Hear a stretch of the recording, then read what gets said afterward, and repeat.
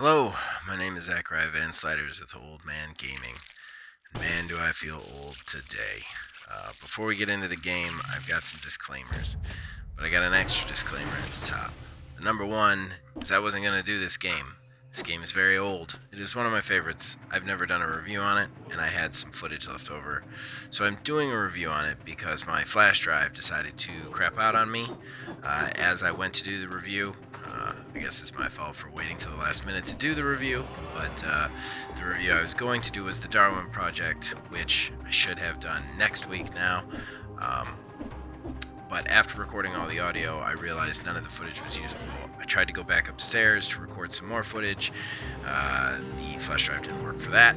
So here we are.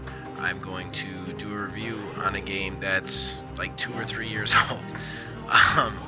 But I'm going to do a review just so that you guys have something. So, that being said, I guess the first disclaimer goes without saying. We're not professionals. We don't do a good job. So, please bear with us. Disclaimer number 3 is I don't give scored reviews. I don't believe in them for video games. I think it's one of the most subjective forms of art. So you will hear the overview of the game, the pros and the cons from my opinion, as all reviews are, and then whether or not I'm going to stick with the game after this review is done. And then, one last disclaimer. I don't usually get a ton of hours with each game. I did have plenty with this one, obviously, but I usually get about 5 to 10 hours. So if you want super in-depth reviews, go somewhere else. There are a lot of great places out there for it. I'm kind of more like an everyman's glance at whether or not you should be. And again, it's late, so I'm very sorry the way I sound. I'm also a very frustrated dude right now. So here we go. Let's do this. The game I'm reviewing today is The Dead Cells. Dead Cells is a side-scrolling kind of Metroidvania style game. Basically a very retro look, 8-bit pixel art all the way. What it is you drop in is kind of this like monster that takes form in almost like a ninja type look in some sort of weird prison. It's unclear whether it's a prison for monsters or just a prison or what, but after you take form, you get very little information, and then you go into the dungeon. Again, it's a 2D platformer, so the dungeon takes place like that.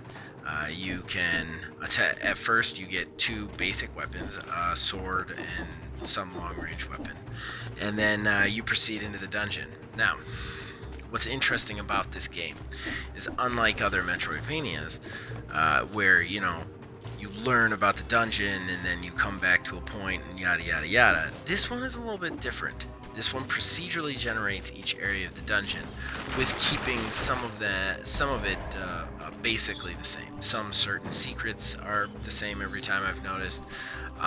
What types they are is the same. But the bad guys, the individual rooms in between, that's all just procedurally generated.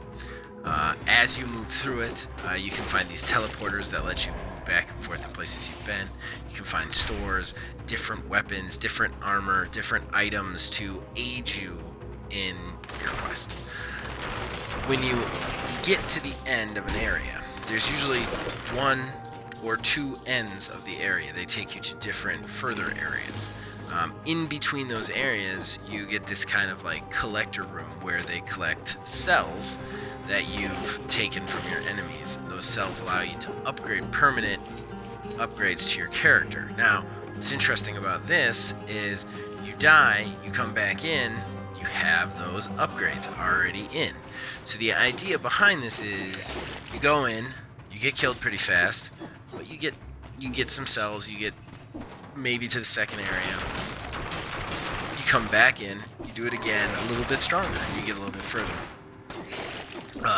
So unlike your standard Metroidvania, which is like, I can't get through this area until I get a certain weapon or item, so I gotta come back. This one's more like you get a little bit further each time by slowly upgrading your character.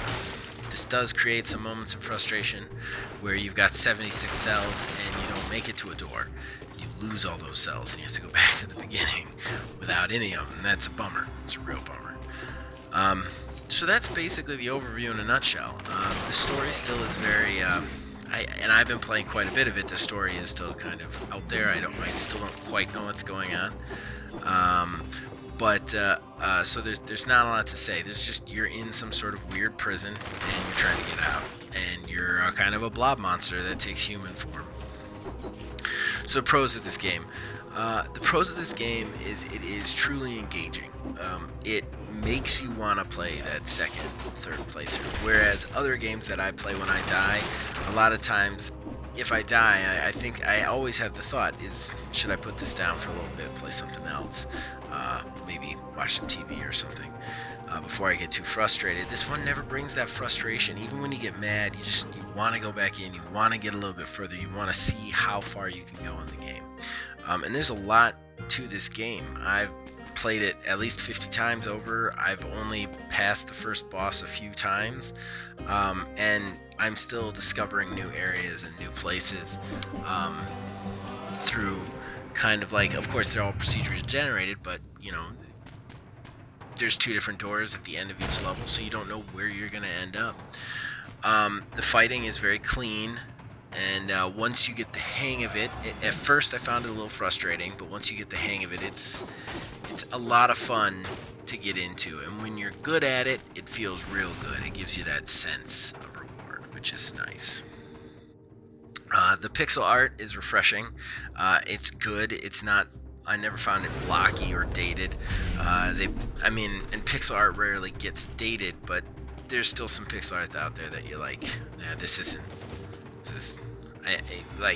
not good. But this is very good. It's very good. All around, very good game. Love the game. Music, Final Pro, just great. Start to finish. I love the music. Love humming along with it. Yeah. So, let's go to cons of this nightmare review done in the middle of the night, out of desperation. The cons, first con I got is the controls. While the game feels good, there are a lot of moments where I'll drop down, I'll be attacking somebody will pop up behind me, I'll press the button to turn around, and because I'm in an attack animation, I don't turn around, I get hit. There's no interrupting the attack animations, and sometimes that makes it feel just a little bit clunky, and this is real nitpicky, guys, real nitpicky, but at least once through every playthrough, there was a time where I was like, I should have blocked that, I should have jumped that. I hit the right buttons, it's just the game lost track of me for a second, and that's a little annoying, especially in a game like this where it's so fast-paced, and it requires so much of that reaction time, that when you know you've hit it, it's a little bit of a bummer that it doesn't come through.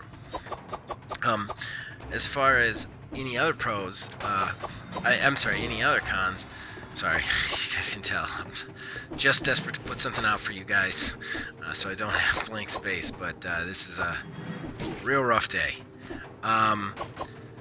As far as the other stuff, any other cons, other than the fact that I don't really know what's going on, and I've played through so many times, that's a little irritating, especially with how engaged in the game I am. I would like a little bit more lore to be able to figure out what's going on, and I wish they do have these weird scenes where I feel like you're supposed to be gleaning something from it, but there's not enough there.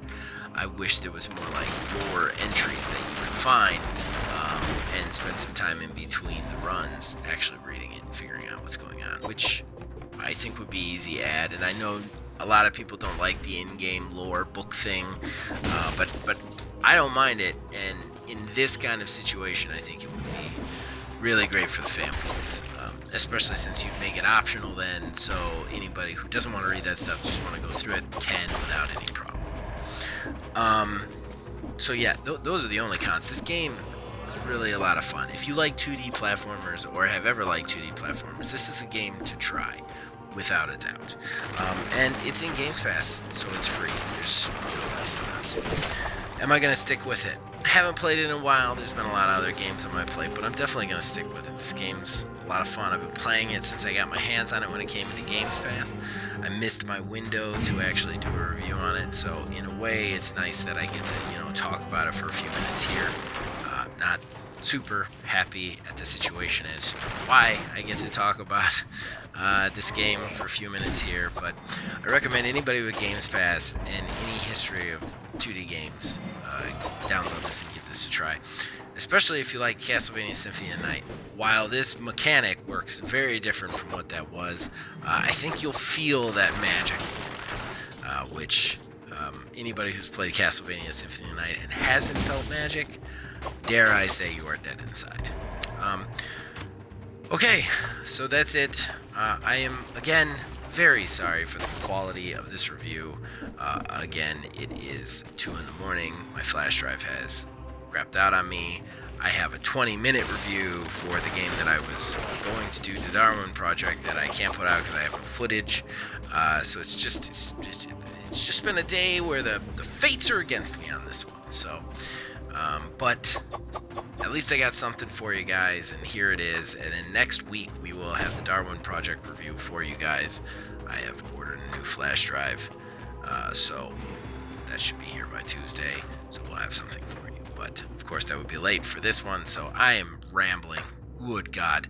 All right, well, if you liked this, and I don't know how you possibly could have, please go check out everything we have to offer. Our other reviews every Monday, Wednesday, Borderlands playthrough with Phil Billy.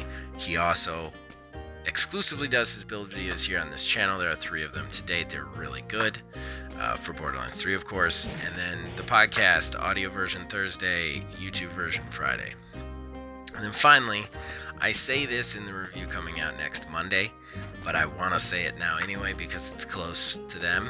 So just excuse me saying it twice. But to everybody out there who says that I sound too young to be an old man, I am pushing 40. So I can assure you, while I am not geriatric by any means, I am definitely not young by anybody's standards. However, I want to thank you guys all for thinking that my voice sounds young. It's wonderful. It makes my day every time, I look in the mirror and see all the gray hair. I can think to myself, oh, everybody thinks I sound like young, which is great. So keep on listening to my young voice, I guess. As long as you guys do keep listening or watching, I will keep making these.